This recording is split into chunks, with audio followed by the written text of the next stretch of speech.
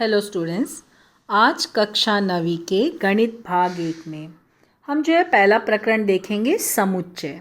हमारा पहला प्रकरण है समुच्चय।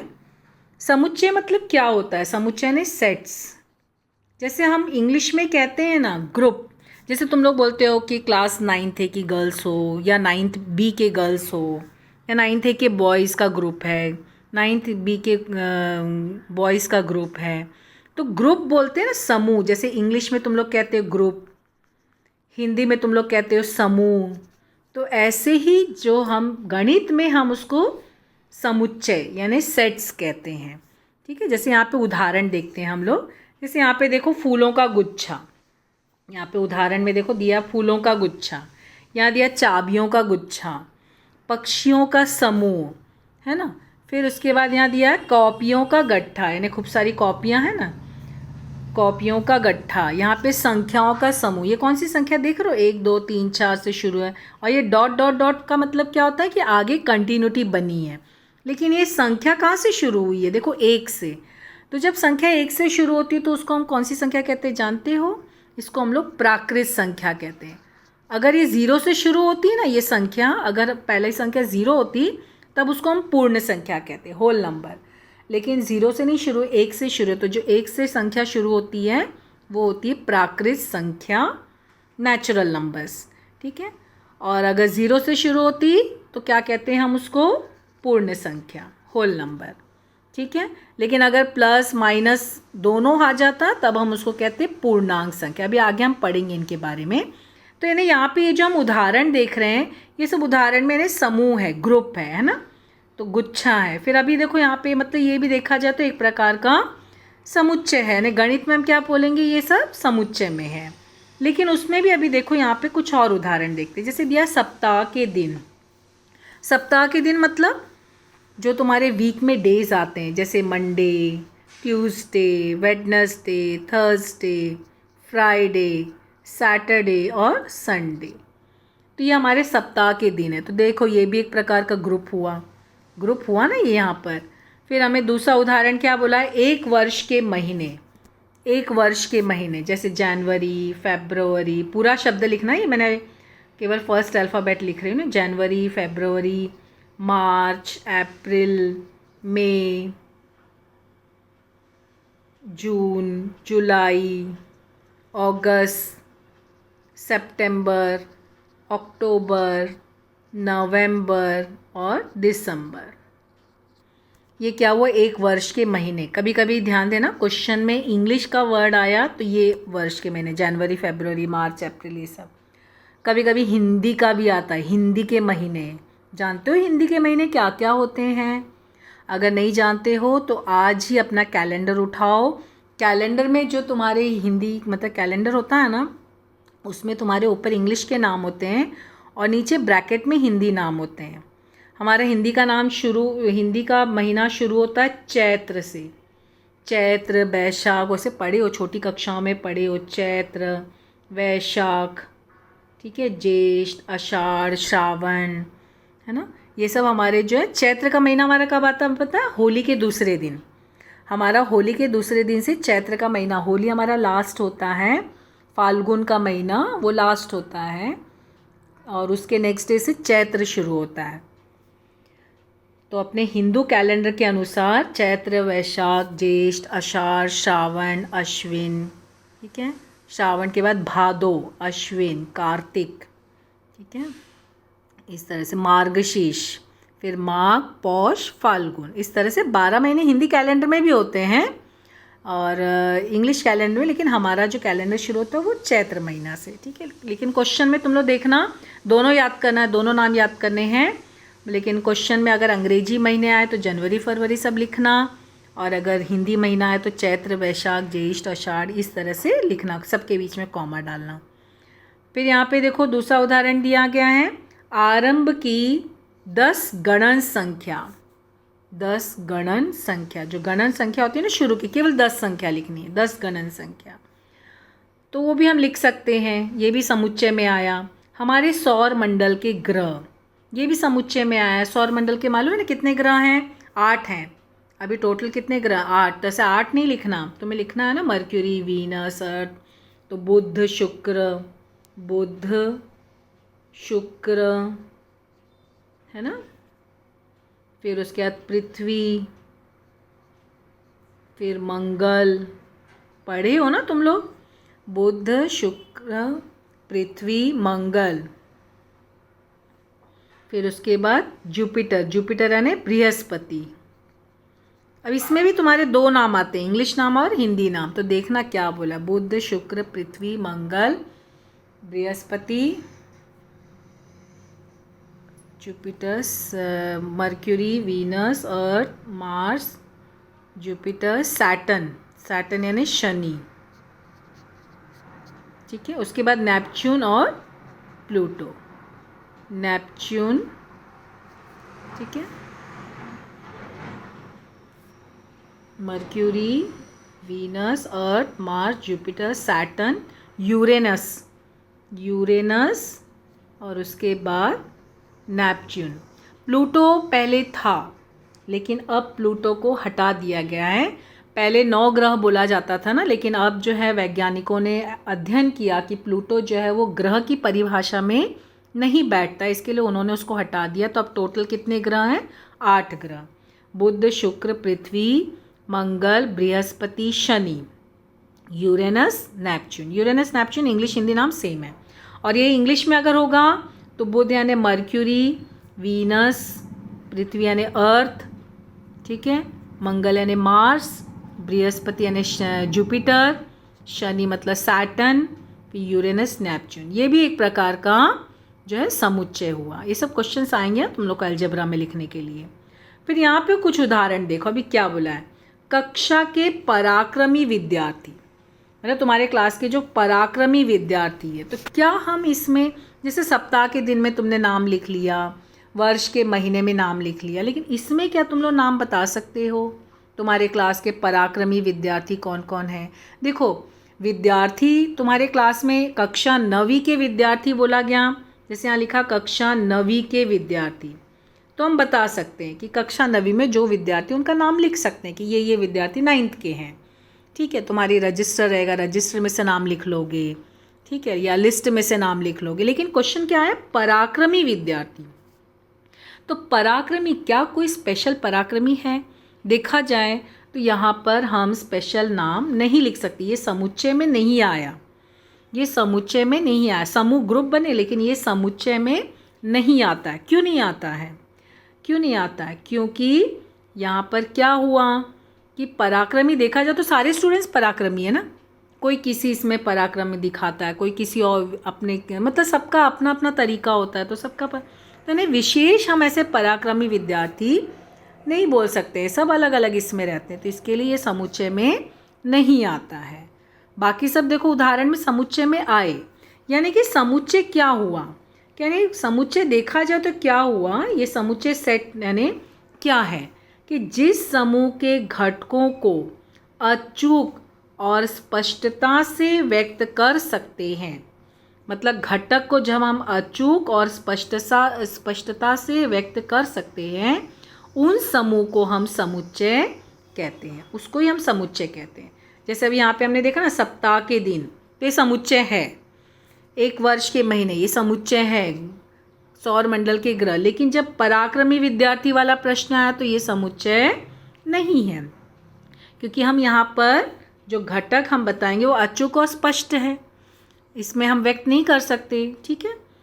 अब देखो ऊपर अभी हमने जैसे उदाहरण दिया ना सप्ताह के दिन, तो सोमवार मंगलवार बुधवार, तो अभी उसको जब हमें समुच्चय में लिखना है तो हम लिखेंगे कैसे? देखो क्या बोला है, समुच्चय को नाम देने के लिए साधारणतः ABCZ इनमें से अंग्रेजी वर्णमाला के बड़े अक्षरों का उपयोग किया जाता है। मतलब जब तुम समुच्चय लिखोगे तो तुम्हें समुच्चय का कोई एक नाम देना होगा, जैसे A बराबर और धनु कोष्टक लगाना होगा, ठीक है, A बराबर, यानी कोई भी यहाँ पर अल्फ़ाबेट लिखोगे लेकिन बड़े अक्षरों का उपयोग करोगे, ठीक है। तो ये नाम देने के लिए, अगर नाम तुम्हें प्रश्न में है, प्रश्न में अगर बोला गया है कि तुम्हारा समुच्चय X बराबर, तो X लिखना, धनु कोष्टक बनाना। लेकिन अगर नहीं दिया तो तुम A से लेके Z तक कोई भी अल्फ़ाबेट बड़ा ले सकते हो। लेकिन जब उसके घटक दर्शाओगे तो उसके लिए हमें छोटा अल्फ़ाबेट लेना है। घटक दर्शाते समय क्या बोला है, अंग्रेजी के छोटे अक्षरों का उपयोग किया जाता है। यानी धनु कोष्ठक के अंदर जब घटक अगर ज़रूरत पड़ी तुम्हें घटक लिखने की, जैसे संख्या 9 के घटक बोला तो वहाँ पे स्मॉल अल्फ़ाबेट का यूज़ करते हैं, लेकिन समुच्चय का नाम के लिए कैपिटल अल्फ़ाबेट। ठीक है, अब देखो यहाँ पे कुछ उदाहरण दिया है। जैसे देखो यहाँ पे दिया ना, n बराबर 1 2 3 डॉट डॉट डॉट। देखो अभी मैं उदाहरण में बताई थी ना, 1 से शुरू है तो n यानी प्राकृत संख्या, 0 से है तो होल नंबर पूर्ण संख्या, और माइनस प्लस 0 सब है तो वह पूर्णांक संख्या। अभी मैं उदाहरण में बताई थी ना, तो देखो यहाँ पर यही दिया है। क्या बोला है कि यहाँ पर ये देखो n यह प्राकृत संख्याओं का समुच्चय है, सेट्स ऑफ नेचुरल नंबर्स। अभी मैं उदाहरण में भी बताई थी तुम लोगों को इसके पहले, 1 से शुरू है तो प्राकृत संख्या, लेकिन यहाँ पे देखो 0 से शुरू है तो यह क्या हो गई, पूर्ण संख्या। यहाँ पे ये पूर्ण संख्या यानी सेट ऑफ होल नंबर। ठीक है, फिर यहाँ पर तीसरा उदाहरण में देखो क्या लिखा है, -3 -2 -1 0 1 2, और ये डॉट डॉट का मतलब यहाँ पे भी आगे कंटिन्यूटी है और यहाँ भी आगे कंटिन्यूटी, मतलब डॉट डॉट डॉट मतलब आगे भी संख्या है। ठीक है, तो आई जो है, आई पूर्ण संख्या, पूर्णांक संख्या, इंटीजर्स, आई यानी इंटीजर्स होता है। तो यानी जब भी समुच्चय लिखते हैं ना, तो जो हम उसका नाम देते हैं तो कैपिटल अल्फ़ाबेट होना चाहिए। और अगर इधर अंदर कोई, अगर मान लो तुम्हें कोई घटक आया जिसमें अल्फ़ाबेट आया तो तुम स्मॉल अल्फ़ाबेट लेना, लेकिन यहाँ पे तो संख्या आ गई, इसके लिए हम संख्या लिखे। लेकिन कभी कभी जैसे मान लो तुमको बोला गया है कि स्वर होते हैं ना, अंग्रेजी वर्णमाला के स्वर जानते हो, अंग्रेजी तो x बराबर, अंग्रेजी वर्णमाला के स्वर जानते हो ना, A E I O U, ये स्वर है ना। तो जब हमें जैसे इस तरह से लिखने आया तो बाहर कैपिटल अल्फ़ाबेट, जैसे यहाँ सब में भी देखो कैपिटल बाहर है, और धनु कोष्ठक के अंदर जो अल्फ़ाबेट होगा वो स्मॉल होगा। ठीक है, फिलहाल तो यहाँ सब संख्या थी, इसके लिए संख्या लिखा गया है। आगे क्या बोला देखो, Q यह सभी परिमेय संख्याओं का समुच्चय है, सेट ऑफ रैशनल नंबर्स। अगर तुम्हें परिमेय संख्या दर्शाना हो तो हम उसके लिए नाम Q लिखते हैं। अगर तुम्हें प्राकृत संख्या दर्शाना तो n लिखोगे, पूर्ण संख्या दर्शाना तो W, पूर्णांक दर्शाना तो I, इंटीजर्स ये natural number, whole number integers. लेकिन अगर तुम्हें परिमेय संख्या दर्शाना है तो Q लिखोगे, और वास्तविक संख्या के लिए R, वास्तविक संख्या ने रियल नंबर्स। लेकिन परिमेय संख्या ने रैशनल नंबर्स, उसके लिए भी R नहीं दिखा सकते क्योंकि R हम वास्तविक संख्या को दिखा रहे हैं, इसके लिए इसको Q से दर्शाते हैं। ठीक है, उसके बाद क्या बोलते हैं कि यदि A यह समुच्चय A का घटक है, मान लो जैसे कोई एक समुच्चय A दिया है और उसका कोई घटक है, तो वो है करके, घटक है करके बोलने के लिए चिन्ह से दर्शाते हैं। A एप्सिलॉन A, मतलब ये घटक जो होगा ना वो यहाँ लिखना, और जो समुच्चय का नाम वो यहाँ लिखना, और बीच का चिन्ह क्या होगा, एप्सिलॉन। ये इस तरह से बनाया जाता है। ये जो चिन्ह बनाते हैं ना, ये चिन्ह कैसे बनाते हैं, ये इस तरह से, ये चिन्ह एप्सिलॉन, मतलब ऐसा C लिख के बीच में इस तरह से, ये एप्सिलॉन इसको पढ़ा जाता है। मतलब A एप्सिलॉन A, मतलब ये A जो है वो A का घटक है। जैसे यहाँ पे उदाहरण देखो, ये दिया ना 1, यानी 1 जो है किसका घटक है, n का घटक। अगर बोला गया, क्या पूछा गया, क्या A किसका घटक है, तो लिखोगे हाँ 1 एप्सिलॉन n, यानी कि 1 n का घटक है। यहाँ पे भी 1 है तो यहाँ पे भी 1 जो है W का घटक है। लेकिन अगर तुमको यहाँ पूछा गया क्या 0 इसका घटक है, पूछा क्या 0 n का घटक है, देखो n में प्राकृत संख्या में 0 नहीं आता है ना, तो क्या लिखोगे, एप्सिलॉन लिख के काट दोगे, मतलब उसका घटक नहीं है। समझे ना, घटक होगा तो एप्सिलॉन का चिन्ह लगाना, नहीं होगा तो एप्सिलॉन लिख के काट देना। घटक यानी ये घटक है, तो ये सब पहले लिखा जाएगा और जो समुच्चय होगा वो बाद में लिखा जाएगा और बीच में चिन्ह बनाया जाएगा। अगर होगा तो एप्सिलॉन लिखना, नहीं होगा तो एप्सिलॉन लिख के काट देना। देखो यहाँ कुछ उदाहरण भी देखते हैं। जैसे 4/3 पूछा है, क्या 4/3 क्यू का घटक है? क्यू मतलब क्या? परिमेय संख्या। अब परिमेय संख्या यानी बटे में होती है ना, तो देखो है, तो यानी कि ये है। ठीक है, यानी कि इसका मतलब क्या हुआ, इस कथन का मतलब क्या हुआ? 4/3 क्यू यानी परिमेय संख्या, परिमेय संख्या का घटक है ना। 4/3 क्यू यानी परिमेय संख्या ना, तो इसका मतलब क्या हुआ? 4/3 यह क्यू यानी परिमेय संख्या, परिमेय संख्या का घटक है। क्यों है? क्योंकि देखो परिमेय संख्या ने, जानते हो ना, बटे में होता है, तो देखो ये भी 4/3 बटे में है ना, यानी कि है। ठीक है, फिर जैसे यहाँ पे पूछा -2 और ये देखो चिन्ह ऐसे बना है, काट दिया, यानी कि नहीं है। तो सही में नहीं है, क्योंकि ये n है ना, n यानी प्राकृत संख्या, तो यानी -2 जो है वो n यानी प्राकृत संख्या का घटक नहीं है। ठीक है, कथन काट दिए, इसको काट दिया मतलब नहीं है, और सही में नहीं है। प्राकृत संख्या में माइनस की संख्या नहीं आती है ना, कि माइनस की संख्या किस में आती है? पूर्णांक में, आई में आती है ना, इसके लिए इसका घटक नहीं है।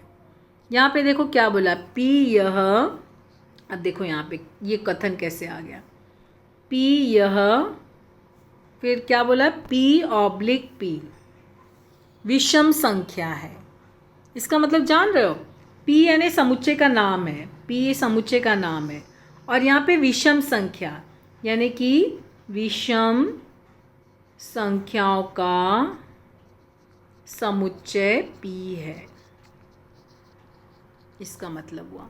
ठीक है, यानी घटक है या नहीं, तो वो सब तुम्हें इस तरह से बताया जाता। अब देखो समुच्चय लिखने की पद्धति, मतलब समुच्चय को हम लिखेंगे कैसे, तो उसको लिखने की 2 पद्धतियाँ हैं। पहली है सूची पद्धति, लिस्टिंग मेथड। लिस्टिंग मेथड यानी लिस्ट बनाना। जैसे तुमको टीचर कभी कभी बोलती है ना, अपने क्लास के स्टूडेंट्स का नाम लिखो, तो तुम लोग क्या करते हो, लिस्ट बनाते हो ना, सबके नाम लिखते हो, या तो टीचर ने अगर कहा रोल नंबर लिखो तो रोल नंबर वाइज लिस्ट बनाते हो, या फिर ऐसे नाम लिख के लिस्ट बनाते हो। तो वही चीज़ यहाँ भी है, लिस्टिंग मेथड, सूची पद्धति। इसमें भी हम क्या करते हैं, सूची बनाते हैं, लेकिन जो हम घटक है ना उसको धनु कोष्टक में लिखते हैं। धनु कोष्टक ये देखो इस तरह से ये बनता है, ये देखो ये धनु कोष्टक है। कैसे बना, ये इस तरह से धनु कोष्टक।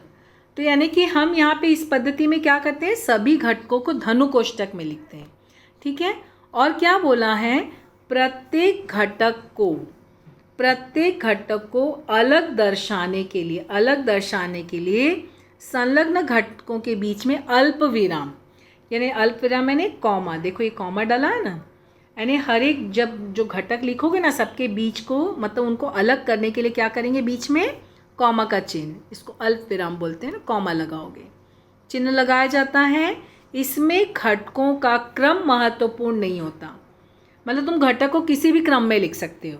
जैसे तुमको 1 से 5 तक की गिनती लिखनी है, 1 से 5 तक, तो हम कैसे लिखते हैं, 1 2 3 4 5 ऐसे लिखते हैं ना धनु कोष्टक में। तो ये 1 2 3 4 5 एक क्रम से है, लेकिन सूची पद्धति में तुम क्रम महत्वपूर्ण नहीं है, तुम 5 पहले लिखो, 2 बाद में, 2 3 4 1 ऐसे भी लिख सकते हो, मतलब इसे क्रम का महत्वपूर्ण नहीं होता। किसमें, सूची पद्धति में। ठीक है, किसी भी क्रम में लिख सकते हो, लेकिन जो पूछा वही लिखना है, उसके अलावा कुछ नहीं। किंतु सारे घटक को केवल एक बार दर्शाना होता है। जो भी घटक होता है ना, लिखते समय घटक सिर्फ एक ही बार रिपीट नहीं होता है, कोई भी घटक को रिपीट नहीं किया जाता है। जब हम धनु कोष्टक में लिखते हैं, यानी घटक लिखे, सबके बीच में कॉमा लगाए, धनु कोष्टक लगाए, धनु कोष्टक बंद किए, और कोई भी घटक सिर्फ एक बार लिखा जाता है। ये हो गया सूची पद्धति। जैसे यहाँ उदाहरण लिखा है, देखो उदाहरण क्या बोला है, 1 से 10 तक के विषम संख्याओं का समुच्चय। विषम संख्या तो यानी क्या हुआ, विषम संख्या जान रहे हो ना, जिसका भाग 2 से नहीं जाता है, 1 से 10 के बीच में। लेकिन ध्यान देना 1 से 10 के बीच बोला है, बीच बोला है, इसके लिए 1 नहीं है, और यहाँ से शुरू हुआ 3, 5, 7, 9, ठीक है। लेकिन ये क्रम से था, क्रम से अगर ना लिखो तो 7, 3 किसी भी क्रम में लिख सकते हो, क्योंकि सूची पद्धति में क्रम की ज़रूरत नहीं है, तुम किसी भी क्रम में लिख सकते हो, लेकिन घटक इतने ही आएंगे, ठीक है। 3, 5, 7, 9। अब यहाँ पे देखो क्या बोला है, रिमेंबर, ये देख रहे हो एक शब्द है, अंग्रेजी वर्ड है, अक्षरों का समुच्चय। अक्षरों का यानी इसमें जो अक्षर है ना अल्फ़ाबेट, देखो लिखा ना REMEMBER, ये सब क्या है, अल्फ़ाबेट है। तो इनका अक्षरों का समुच्चय लिखना है। तो क्या करोगे, जैसे पहला अल्फ़ाबेट कौन सा, R, तो R लिखे, फिर दूसरा अल्फ़ाबेट क्या है, E लिखे, और सूची पद्धति में लिखना तो सबके बीच में कॉमा धनु कोष्ठक बनाए। फिर अगला घटक क्या है, M लिखे। फिर से देखो क्या आया, E आ गया, लेकिन E हम एक बार लिख चुके हैं। अभी हम पढ़े थे ना कि घटक को केवल एक बार दर्शाना होता है, हम घटक सिर्फ एक बार लिखते हैं। तो यहाँ पे देखो फिर से E आया, तो वापस से E नहीं लिखना। फिर से M आ गया, और M यहाँ हम लिख चुके हैं, तो फिर से M नहीं लिखना। अब क्या आएगा, B, तो B लिखे, ठीक है, क्योंकि B हम नहीं लिखे थे। फिर से देखो E आ गया, लेकिन E लिखा हुआ है तो फिर से नहीं लिखेंगे। R आ गया, R भी लिखा हुआ है तो हम वापस नहीं लिखेंगे, क्योंकि सूची पद्धति में जो भी घटक होते हैं सिर्फ उसको हम एक बार लिखते हैं। सूची पद्धति में जो घटक है उसको सिर्फ एक ही बार दर्शाना होता है, इसके लिए देखो सिर्फ एक बार, जबकि यहाँ पे कितने सारे हैं, है ना। तो इसके लिए और सबके बीच में क्या किया, कॉमा लगा दिया धनु कोष्ठक के अंदर। तो इस तरह से हम लिखते हैं। क्या है ये, कौन सी पद्धति है, सूची पद्धति, ठीक है। फिर आया गुण वर्णन पद्धति, दूसरी पद्धति, समुच्चय लिखने की दूसरी पद्धति क्या है, गुण वर्णन पद्धति। इसमें क्या बोला, देखो इस पद्धति में घटकों की सूची न बनाते हुए, इसको सूची नहीं बनाना, घटकों का सामान्य घटक चरांक से दर्शाया जाता है। चरांक से, अभी हमने ऊपर एक उदाहरण देखा था ना, P जो है P/P, ये जो है ना, ये हमारा गुण वर्णन पद्धति है, मतलब विषम संख्याओं का समुच्चय P है, ठीक है। तो यहाँ पर ये तुम्हारा गुण वर्णन पद्धति। क्या लिखा है इसमें, क्या करते हैं, सेम वैसे ही जो भी समुच्चय, कोई उसका नाम लोगे कैपिटल अल्फ़ाबेट में, अगर नाम दिया तो वही लेना, नहीं तो जो तुम लेना चाहो। फिर धनु कोष्ठक बनाओगे। फिर क्या करोगे, कोई भी एक चरांक स्मॉल अल्फ़ाबेट और एक तिरछी लकीर, ये स्मॉल अल्फ़ाबेट मतलब हम इसको मान रहे हैं, जो भी हमारा उदाहरण है ना वो मान रहे हैं।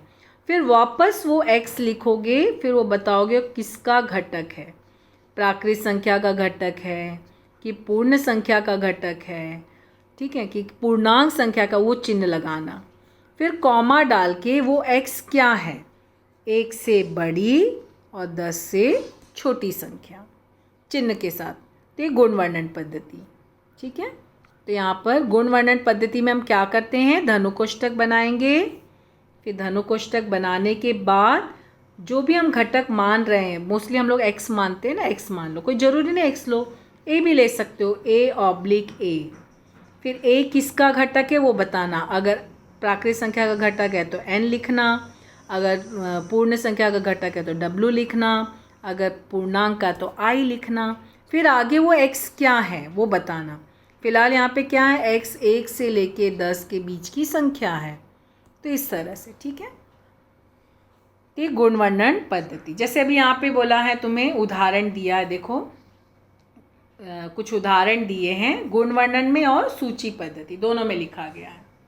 क्या दिया, देखो ये गुण वर्णन पद्धति में, ये सूची पद्धति में। जैसे यहाँ पे a लिखा है, ये a x/x, यह डिवीजन शब्द के अक्षरों का समुच्चय है। मतलब हमारा समुच्चय क्या है, a है, घटक क्या है x/x, और वो x क्या है, डिवीजन DIVISION शब्द के अक्षर का समुच्चय। ये गुण वर्णन पद्धति में हुआ। अब इसको सूची में लिखना रहा तो कैसे लिखोगे, देखो डिवीजन क्या किए, पहले तो जो समुच्चय का नाम A लिखे, धनु कोष्ठक बनाए। अब एक एक अल्फ़ाबेट लिखो, देखो DIV, लेकिन उसके बाद वापस I आ गया, लेकिन हम I लिख चुके हैं तो फिर से नहीं लिखेंगे। फिर एस, फिर आई आ गया, जो कि हम आई लिख चुके हैं तो फिर से नहीं लिखेंगे, फिर ओ एन। अभी कहा था ना सूची पद्धति में रिपीट नहीं होता है। मतलब इस उदाहरण का गुण वर्णन ये, इस उदाहरण का सूची पद्धति ये है। अगर तुमको ये क्वेश्चन आया कि इसको सूची पद्धति में लिखो तो ये हुआ, अगर ये क्वेश्चन आया इसको गुण वर्णन में लिखो तो ये आंसर हुआ। ठीक है, दूसरा उदाहरण देखते हैं क्या बोला है। b बराबर वाई ऑब्लिक वाई, इस संख्या इस प्रकार है कि वाई स्क्वायर बराबर 9। मतलब समुच्चय क्या है, b है, घटक क्या है, y है, और y क्या है, y वर्ग बराबर 9 है। ध्यान देना, y वर्ग बराबर 9 है, लेकिन तुम्हारा घटक क्या है, y, यानी y क्या होगा, वर्ग हटाते तो मालूम है ना, ये वर्गमूल लेते हैं तो y वर्ग का वर्गमूल y हो गया, और 9 का वर्गमूल मालूम है +-3। वर्गमूल जो होता है +-3 आता है ना, हम हल करते समय प्लस लेते हैं लेकिन कभी भी वर्गमूल प्लस माइनस में होता है। तो यानी कि क्या आया आंसर, -3 +3। तुम किसको भी पहले लिख सकते हो, +3 पहले -3 बाद में, क्योंकि हम क्रम समुच्चय पद्धति में क्रम की आवश्यकता नहीं है ना। तो ये सेकंड का आंसर हो। मतलब अगर तुम्हें ऐसे -3 +3 आया यानी कि वो क्या हुआ, और ज़रूरी नहीं कि यहाँ पे y लो, तुम लोग यहाँ पे x भी ले सकते हो, लेकिन देखना अगर क्वेश्चन में दिया तो वही लेना, नहीं दिया तो तुम कोई भी अल्फ़ाबेट ले सकते हो। तो इसका ये आंसर हुआ और इसका ये आंसर, मतलब गुण वर्णन में बोले तो ये और सूची में बोले तो ये हुआ। अब देखो तीसरा उदाहरण क्या बोला है। c बराबर z ऑब्लिक z, यानी कि समुच्चय c है, घटक z है, 5 की गुणक है जो 30 से छोटी प्राकृतिक संख्या है। 5 की गुणक, गुणक जानते हैं ना, 5 से गुणा होने वाली संख्या, लेकिन कहाँ तक लेना है, 30 से छोटी, और प्राकृत संख्या ने, प्राकृत संख्या ने 1 से शुरू होगा, प्राकृत संख्या 1 से शुरू है, 5 × 1 5 हुआ, 5 × 2 10, 5 × 3 15, 5 × 4 20, 5 × 5 25, 5 × 6 30 होता है, लेकिन यहाँ पे हमको बोला ना क्वेश्चन में 30 से छोटी, तो यहीं तक आया, धनु कोष्ठक बंद हो गया। तो ये उदाहरण है। ठीक है, कुछ उदाहरण यहाँ पे भी दिए हैं तुम्हें, लेकिन कुछ ऐसे बॉक्स भी दिए हैं, यानी तुम्हें भी भरना है। क्या दिया देखो, सूची पद्धति, गुण वर्णन पद्धति। ये सूची पद्धति 2 4 6 8 10 12 14, यानी क्या है ये, x ऑब्लिक x संख्या 15 से छोटी सम प्राकृत संख्या। प्राकृत संख्या है क्योंकि एक क्या इससे शुरुआत है ना, प्लस में है ना, तो प्राकृत संख्या, लेकिन कौन सी, सम संख्या जानते हो ना, जिसका 2 से भाग जाता है, और 15 से छोटी, क्योंकि देखो 14 तक ही है ना, तो 15 से छोटी, ऐसा गुण वर्णन में। फिर यहाँ पे ना जो भी यहाँ दिया ना, इसके गुणों का यहाँ वर्णन हो रहा है। ठीक है, अब यहाँ देखो क्या बोला, x ऑब्लिक x यह संख्या 1 से 20 के बीच पूर्ण वर्ग संख्या, पूर्ण वर्ग संख्या, वर्ग जान रहे हो ना, जिसका पूरा वर्ग आता है, वर्ग निकलता है जिसका, तो क्या क्या आएगा, लेकिन तुम्हें कहाँ 1 से 20 के बीच का, तो क्या लिखोगे, जान रहे हो किसका किसका पूरा वर्ग निकलता है। देखो 1 से 20 का बीच बोला तो एक तो लोगे नहीं, 4 से शुरू हुआ, लेकिन पहले तुम्हें जो है नाम देना होगा ना, समुच्चय का नाम क्या है, b, तो कैसे लिखोगे, b बराबर धनु कोष्ठक 4, क्योंकि 4 का पूर्ण वर्ग निकलता, वर्ग निकलता ना 2 है ना, फिर 9 का जिसका वर्गमूल निकाल सकते हो ना वो आएगा। 9 के बाद क्या आएगा, 10 11 12 13 14 15 16 का निकलेगा ना वर्गमूल। 16 के बाद तो 20 तक ही बोला ना, तो यानी यहीं पे ख़त्म, तो ये आंसर होगा 4 9 16। ठीक है, फिर अगला देखो यहाँ पे क्वेश्चन क्या बोला, c बराबर AEIOU, ये तुमको मैंने अभी बताया था, ये मालूम है ना, स्वर है ना, तो पहले धनु कोष्ठक c लिखना। क्यों c लिख रहे हैं, क्योंकि हमको क्वेश्चन में दिया है समुच्चय c। फिर अब यहाँ पे क्या करना, x ऑब्लिक x, क्योंकि गुण वर्णन में लिखना ना, तो यानी घटक हमारा x है, क्या है, अंग्रेजी के स्वर, वॉवल्स पढ़े हो ना, अंग्रेजी के स्वर, क्योंकि AEIOU अंग्रेजी में आया ना, स्वर लिखना, या फिर वॉवल्स तो इंग्लिश वर्ड आ गया ना, इसके लिए यहाँ पे अंग्रेजी के स्वर। फिर आया डी बराबर y/y इंद्रधनुष के रंग। तो पहले तो कैसे लिखोगे तुम लोग, यहाँ पर पहले तो समुच्चय का नाम लिखना, डी नाम दिया ना डी, तो डी बराबर, अब इंद्रधनुष के नाम लिखना, मालूम है ना इंद्रधनुष के नाम, बैगनी, आसमानी, ठीक है, ऐसे पूरा कॉमा डालते जाना है। सब कितने रंग होते हैं, 7 होते हैं ना, बैगनी, आसमानी, नीला, हरा, पीला, नारंगी, लाल। जानते हो ना ये इंद्रधनुष के रंग हैं, ठीक है, 7 रंग है, 1 2 3 4 5 6 7, सबके बीच में कॉमा, सबके नाम लिखोगे, धनु कोष्ठक के अंदर लिखोगे, सबके बीच में कॉमा लगाओगे, तो इंद्रधनुष के रंग। बयानी, हप्पी, नाला, याद है, ये जो है इसको याद करने का तरीका क्या पता है, बयानी, नी, हप्पी, नाला, ऐसे वर्ड याद रखो, बयानी, हप्पी, नाला। देखो बैगनी, आसमानी, नीला, हरा, पीला, नारंगी, लाल, याद हो गया, बयानी, हप्पी, नाला। ये याद करने का तरीका है, ये नहीं लिखना कहीं भी आंसर, बयानी, हप्पी, नाला आंसर मत लिखना, ये सिर्फ याद रखने का तरीका, इससे तुम्हें रंग याद हो। और रंग को तुम आगे पीछे कोई भी क्रम में लिख सकते हो, लेकिन यही 7 रंग होना चाहिए, कोई और मत ऐड कर देना, ठीक है, बैगनी, आसमानी, नीला, हरा, पीला, नारंगी, लाल। ये क्रम तुम चेंज कर सकते हो, लिख सकते हो, सूची पद्धति में हो सकता है।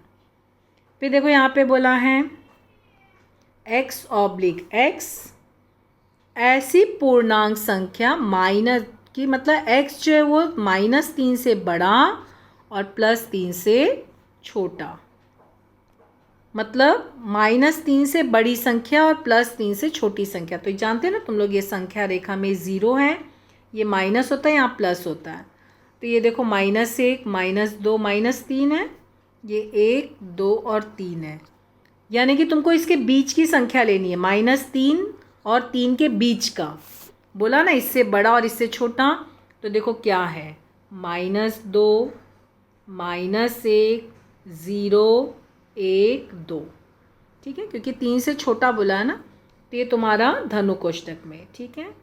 और समुच्चय का नाम क्या दिया है, P, तो क्या लिखोगे, P बराबर, ठीक है, ये आंसर हो गया इसका। समझे कैसे लिखना है। अगला देखो क्या बोला है, यहाँ तो आंसर दिया हुआ है, x/x यह धन पूर्णांकों का घन है, घन जान रहे हो ना, जो पूर्णांक संख्या उसका घन, यानी कि 1 का घन 1, 2 का घन 8, 3 का घन 27, 4 का घन 64, 5 का घन 125, लेकिन हमको एंड नहीं बोला है, कहाँ एंड होगा कुछ नहीं बोला, इसके लिए क्या किया, डॉट डॉट डॉट आगे डाल दिया है। तो इस तरह से ये हमारा जो समुच्चय क्या है, समुच्चय लिखने की पद्धति क्या है, कैसे उसको सूची पद्धति में लिखना है, कैसे उसको गुणवर्णन में लिखना है, इसके बारे में हम जाने। अब हमें जो है आगे प्रश्न संग्रह 1.1 का सवाल हल करना है, वो सवाल जो है अब हम लोग अगले वीडियो में हल करेंगे।